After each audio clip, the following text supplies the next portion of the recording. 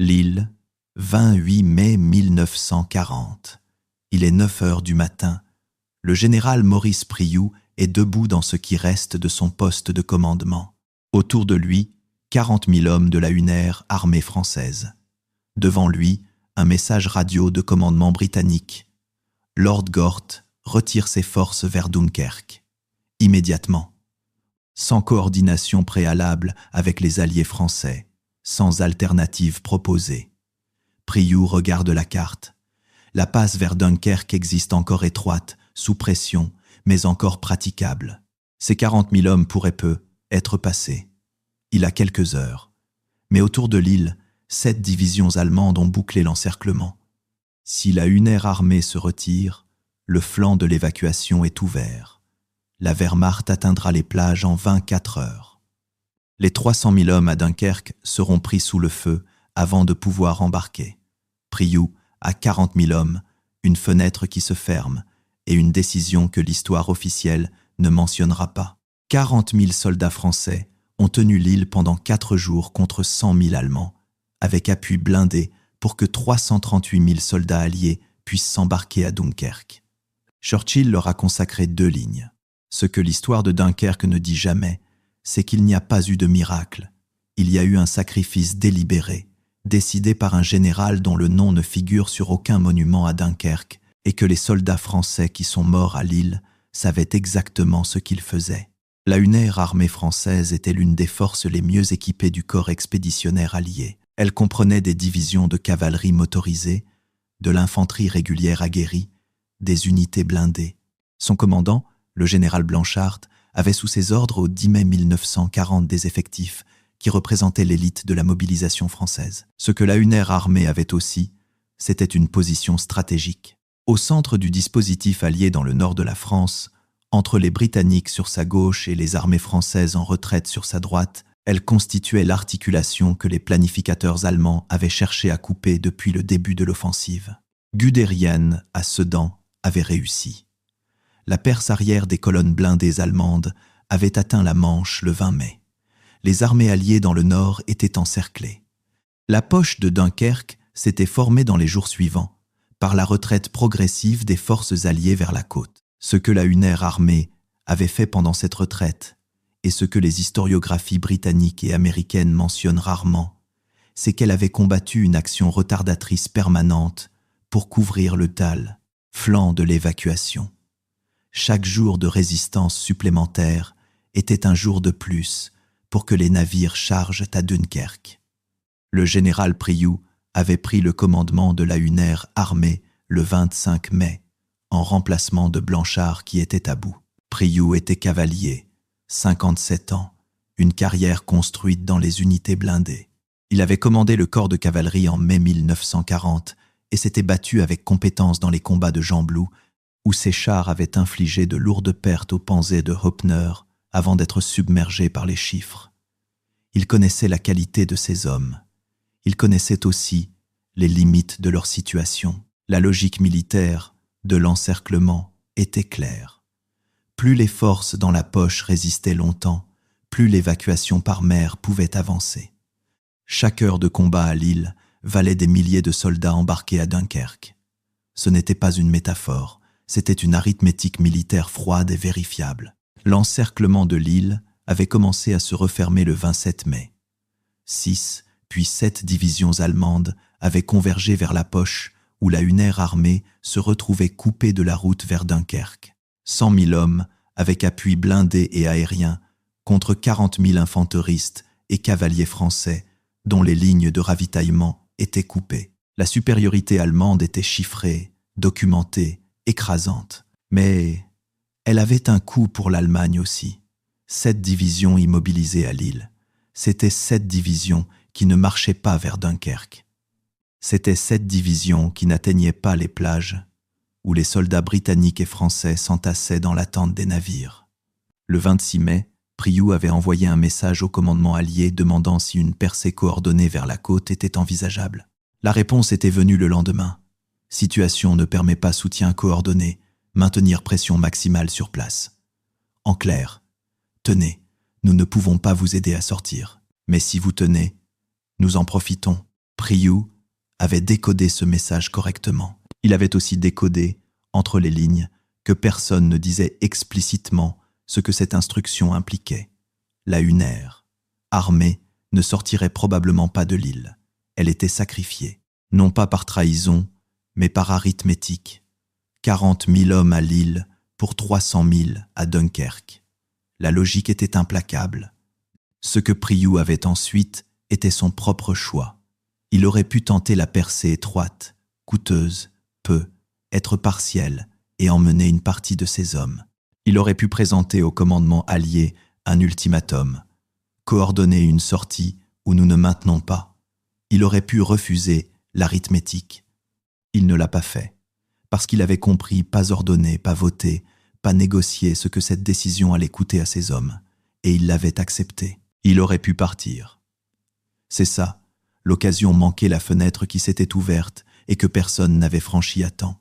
Le 26 mai, avant l'encerclement complet, la route entre Lille et Dunkerque était encore praticable. Sous pression, mais praticable. Le général Blanchard, commandant jusqu'au 25 mai, avait demandé au commandement britannique une coordination pour un retrait ordonné de la Hunaire, armée vers la côte. La réponse de Lord Gort était venue sous forme d'action. Le retrait britannique avait commencé le 26 mai sans notification préalable au commandant français concerné. Gort n'avait pas coordonné, parce que coordonner aurait signifié ralentir le retrait britannique, qui était déjà sous pression maximale. Sa décision était militairement compréhensible. Elle était aussi, pour la Hunaire armée française, une condamnation. Si Gort avait prévenu Blanchard 24 heures plus tôt, la Hunaire armée aurait pu entamer son propre retrait simultanément. Les 40 000 hommes auraient pu dégager une partie de leurs effectifs vers Dunkerque avant que l'encerclement soit complet. Être pas tous, être une moitié. Mais la décision non coordonnée avait fermé cette porte. Le 28 mai, quand Priou avait pris la mesure de la situation, l'encerclement était complet. La fenêtre de retrait était fermée. Il ne restait qu'une arithmétique. Et cette arithmétique avait une seule réponse militaire viable. Si la Hunaire armée ne peut pas sortir, elle retient. Elle retient le plus longtemps possible. Elle immobilise les 7 divisions qui l'encerclent. Elle leur coûte du temps. Et le temps, à Dunkerque, vaut des soldats sauvés. Priou l'avait accepté. Ses hommes l'avaient accepté aussi pas à travers une assemblée, pas à travers un vote, mais à travers la réalité de ce qui se passait autour d'eux. Ils savaient qu'ils ne sortiraient probablement pas. Ils savaient que d'autres partiraient à leur place. Son nom était Maurice Priou, commandant de la Hunaire, armé, cavalier, 57 ans, dont le nom n'apparaît dans aucun monument de Dunkerque, dont les mémoires de Churchill mentionnent le sacrifice de ses hommes en 2 lignes, sans nommer le général. Le moment décisif n'est pas dans un discours. Il n'y a pas de caméra, pas de correspondant de guerre, pas de salle de commandement impressionnante. C'est le 28 mai, vers 9 heures du matin, dans les ruines d'un bâtiment administratif de Lille, transformé en poste de commandement. Les fenêtres sont barricadées. Des hommes passent en portant des blessés. La radio grésille avec des messages codés. Priou tient le message de Lord Gort dans sa main. Il sait ce qu'il signifie. Il sait ce que ses officiers attendent de lui. Un ordre de percée ou un ordre de reddition. Il y a une 3e option. Il pose le message. Il regarde la carte de l'île sur la table. Il voit les positions de ses unités, les rues où ses hommes tiennent. Il voit les positions allemandes qui les encerclent. Il calcule. S'il ordonne la percée maintenant, il perd probablement la moitié de ses hommes dans les combats de dégagement, et les 7 divisions allemandes se libèrent pour foncer vers Dunkerque. S'il tient, il perd probablement tous ses hommes, ou presque, mais Dunkerque a 4 jours de plus. 4 jours. Il se retourne vers son chef d'état-major.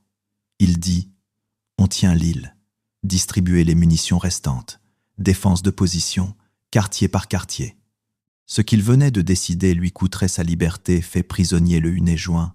Il passerait le reste de la guerre en captivité en Allemagne. Ce qu'il venait de décider rendait impossible pour les 7 divisions allemandes de rejoindre Dunkerque à temps. Pendant 4 jours, du 28 mai au 1er juin 1940, l'île avait été une bataille urbaine. La UNR armée n'avait pas de ligne défensive préparée, pas de fortification, pas de plan de défense urbaine établi à l'avance. Ce que Priou avait, c'était 40 000 soldats qui savaient se battre, une ville avec des rues étroites et des bâtiments en pierre, et la certitude que chaque heure comptait pour quelqu'un d'autre, quelque part, sur une plage qu'il ne verrait jamais. Les unités s'étaient organisées par secteur. Les cavaliers démontés tenaient les carrefours. L'infanterie se barricadait dans les immeubles. Les artilleurs utilisaient leurs pièces en tir direct contre les blindés qui forçaient les rues. Les sapeurs faisaient sauter des ponts et barricadaient des accès. C'était une improvisation totale. Et elle fonctionnait. Les Allemands avaient des chars, de l'artillerie lourde, du soutien aérien. Ils avaient 7 divisions. Ils pensaient en avoir pour 24 heures. Ils en avaient pour 4 jours. Les combats de rue avaient éliminé l'avantage blindé allemand. Dans une rue de 5 mètres de large, un Panzer est une cible. Les soldats français avaient appris à ne pas tenir les carrefours, à reculer bloc par bloc, à faire payer chaque mètre. Les Allemands progressaient, lentement. Pendant ces 4 jours, les navires chargèrent à Dunkerque. Le 28 mai, 17 404 soldats embarqués. Le 29 mai, 47 310. Le 30 mai, 53 823. Le 31 mai, 68 014. Le 1er juin, 64 429. 165 000 soldats en 4 jours. La moitié de l'évacuation totale, dans la fenêtre pendant laquelle la UNR armée immobilisait les 7 divisions qui auraient pu fermer les plages. Juin 1940. Midi, Lille. Les munitions touchent au fond. Les derniers obus d'artillerie sont tirés. Des unités entières n'ont plus que leurs armes personnelles. Les messages radio vers le commandement allié cessent progressivement. Plus de réponse, plus de soutien, silence. Les soldats français tiennent encore les bâtiments du centre-ville. Rue par rue, maison par maison. Ils savent que c'est fini. Ils continuent quand même. À 10 sept, Priou reçoit un rapport de son artillerie. 0 obus de 75 restants. 0 obus de 105. Il envoie le dernier message radio à Dunkerque. Une ère armée honorable jusqu'au bout. Cessation imminente. La capitulation est signée à 18h30. Rommel, qui n'était pas à Lille, mais dont les comptes rendus du secteur ont été compilés dans ses notes publiées après la guerre, écrivit en mai 1940 que la résistance de la UNR armée française à Lille s'est révélée remarquablement tenace et nous a nécessité des effectifs disproportionnés au regard des résultats attendus. La formulation est militairement sobre. Elle dit exactement ce que Priou avait voulu qu'elle dise. Disproportionné. Plus de soldats allemands pour moins de terrain gagné, pendant plus longtemps que prévu. Les archives de la 4e armée allemande, retrouvées dans les fonds du Bundesarchiv Militärarchiv, documentent les pertes des 7 divisions engagées à Lille entre le 28 mai et le 1er juin.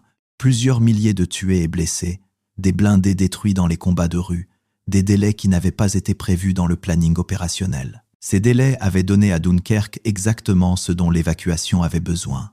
Du temps. Le temps de charger 165 000 soldats supplémentaires pendant que l'encerclement de l'île consommait les ressources de 7 divisions. Churchill, dans The Second World War, volume 2, consacra 2 lignes à la résistance française à Lille, sans nommer Priou, sans chiffrer le sacrifice. Ce que Dunkerque est devenu dans la mémoire collective un miracle, une résistance, une victoire dans la défaite, s'est construit sur une amputation. L'évacuation réussie de 338 226 soldats alliés a été présentée comme le résultat d'une retraite ordonnée, d'un effort naval extraordinaire, de la résistance des soldats sur les plages. Tout ça est vrai. Et tout ça est incomplet. La partie absente. 40 000 soldats français dans une ville encerclée, qui avaient choisi de ne pas partir pour que d'autres puissent partir, qui avaient combattu sans ravitaillement, sans espoir de renfort, sans aucune perspective de leur propre évacuation, et qui avaient retenu 100 000 Allemands pendant 4 jours. Ces 4 jours ne sont pas dans les musées de Dunkerque. Ils ne sont pas dans les manuels scolaires britanniques. Ils ne sont pas dans les films sur l'évacuation. Ils sont dans les archives allemandes, dans les rapports de perte des 7 divisions, dans les délais opérationnels que Priou avait imposés à la Wehrmacht et à Tamaï. Le verdict de l'ennemi, une fois de plus, dit ce que l'histoire officielle tait. 40 000 soldats, 4 jours de résistance, 7 divisions allemandes immobilisées, 338 000 soldats alliés embarqués, 2 lignes dans les mémoires de Churchill, 0 monument à Dunkerque au nom de Priou ou de la Unaire armée. Revenons à Priou.